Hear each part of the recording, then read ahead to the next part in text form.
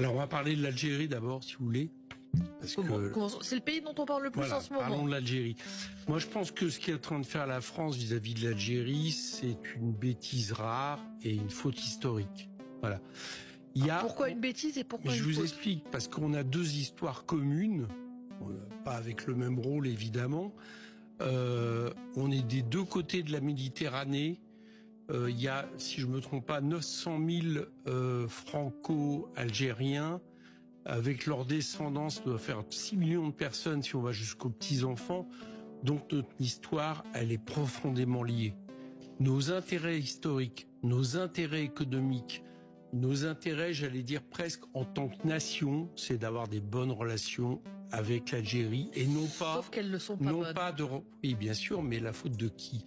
Qui est en train, quelque part, d'utiliser tous les sujets pour tendre avec l'Algérie ? Ça a commencé... Je ne me prononce pas sur le fond, mais vous comprenez bien que quand cet été, et ça a été refait il y a quelques jours par Gérard Larcher, hier je crois, va au Sahara occidental en expliquant qu'il est pour un Sahara occidental marocain, alors que tout ça est dans les mains de l'ONU, c'est-à-dire qu'il y a un travail qui est fait dessus. C'est des choses qui, évidemment, pour Alger, est vécu comme une provocation. Je ne me prononce pas encore. Je pense que la France ne devrait pas s'engager, ne serait-ce que par justement les franco-marocains ou les franco-algériens. Elles devraient faire attention justement à pas ouvrir des cicatrices et finalement, à agir en tant que puissance encore néocoloniale.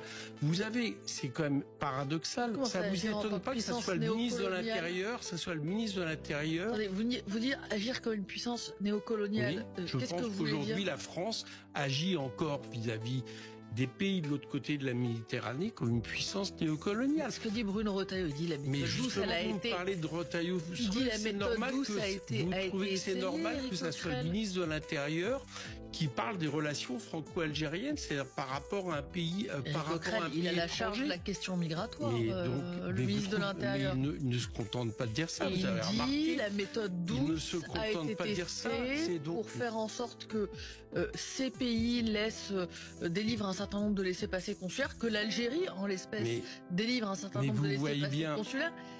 Bruno Retailleau dit ça n'a pas marché la méthode douce. Mais ça veut dire quoi, ça n'a pas marché la méthode douce ? Et donc on fait quoi ? On envoie des troupes en Algérie ? Enfin, c'est quoi cette histoire ? Qu'est-ce que c'est que cette tension qui est provoquée ?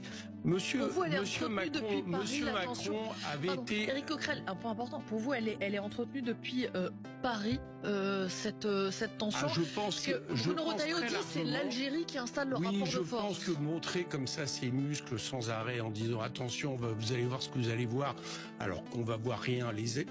Aujourd'hui, l'Algérie a moins besoin de la France que l'inverse, notamment au niveau du gaz, etc.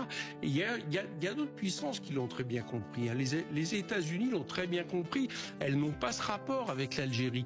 Donc tous nos intérêts, je le répète, tous nos intérêts sont à l'inverse de cette espèce de confrontation, mais en plus de ça, qui met en tension une grande partie de notre population. Je vous ai dit, c'est pas anodin si vous avez l'Algérie cherche. Bonjour Emmanuel Ducrot. Bonjour Dimitri, bonjour à tous. Les relations diplomatiques entre la France et l'Algérie vont mal, et cela a des conséquences surprenantes. Vous avez enquêté et découvert que l'Algérie a brutalement fermé la porte aux produits alimentaires français, surtout depuis le regain de tension autour du Sahara occidental. Il y a 10 ans, la France était le premier fournisseur de denrées alimentaires de l'Algérie, un pays qui est très dépendant pour se nourrir.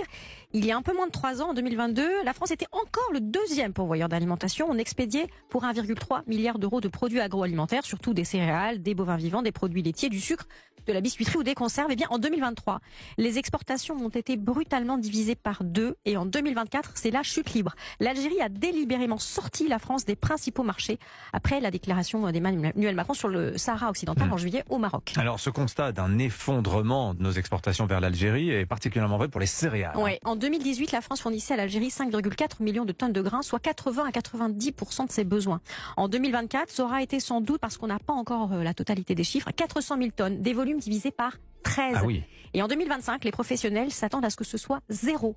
Rien du tout, rien. Et ça veut dire que l'Algérie va se fournir ailleurs. Oui, c'est maintenant la Russie qui fournit à 90% les besoins en blé de l'Algérie. Comment ça? Eh bien, les céréaliers français n'en sont pas revenus. Ils ont assisté à une chose qui n'arrive jamais sur le marché des céréales. En Algérie, c'est l'État qui achète le blé, c'est un monopole. Eh bien, l'État a abaissé le cahier des charges. Il a accepté d'acheter des blés de moindre qualité, avec par exemple la présence de punaises dans les grains, pour pouvoir acheter autre chose que la qualité française. Les vendeurs de céréales ont été brutalement écartés. On ne leur répond plus au téléphone. On a brutalement cessé de recevoir des commandes dans les bureaux français. Il n'y a pas que les céréaliers qui ont vécu cette situation. Non, c'est la même chose pour les vendeurs de bétail. L'Algérie, c'était un très important marché pour les bovins vivants qui sont destinés à produire de la viande ou du lait en Algérie. En 2022, la filière française en avait vendu pour 167 millions d'euros. En 2024, rien du tout. C'est fini. Et même chose pour les produits laitiers. Oui, c'était un des segments qui avait bien résisté à la lente dégradation des échanges commerciaux entre la France et l'Algérie. Là aussi, c'est en train de s'arrêter. Les exportations de lait en poudre et de fromage ont baissé d'un quart entre janvier et novembre 2024 par rapport à 2023. Un des principaux fournisseurs de l'Algérie, c'est maintenant la Nouvelle-Zélande. Alors, ce boycott qui ne dit pas son nom, parce que rien n'est officiel, rien n'est dit et que c'est très clairement, ça ne tient pas du hasard, bien sûr. Non, c'est totalement délibéré. Ce sont des rétorsions au conflit géopolitique. Les acteurs agricoles et alimentaires auxquels j'ai parlé me racontent tous la même chose. Des tracasseries administratives sans fin qui se sont multipliées. Les logiciels officiels des douanes qui tombent en panne. Des ordres qui viennent d'en haut pour ne plus travailler avec la France, les sociétés françaises et celles qui ont des intérêts français.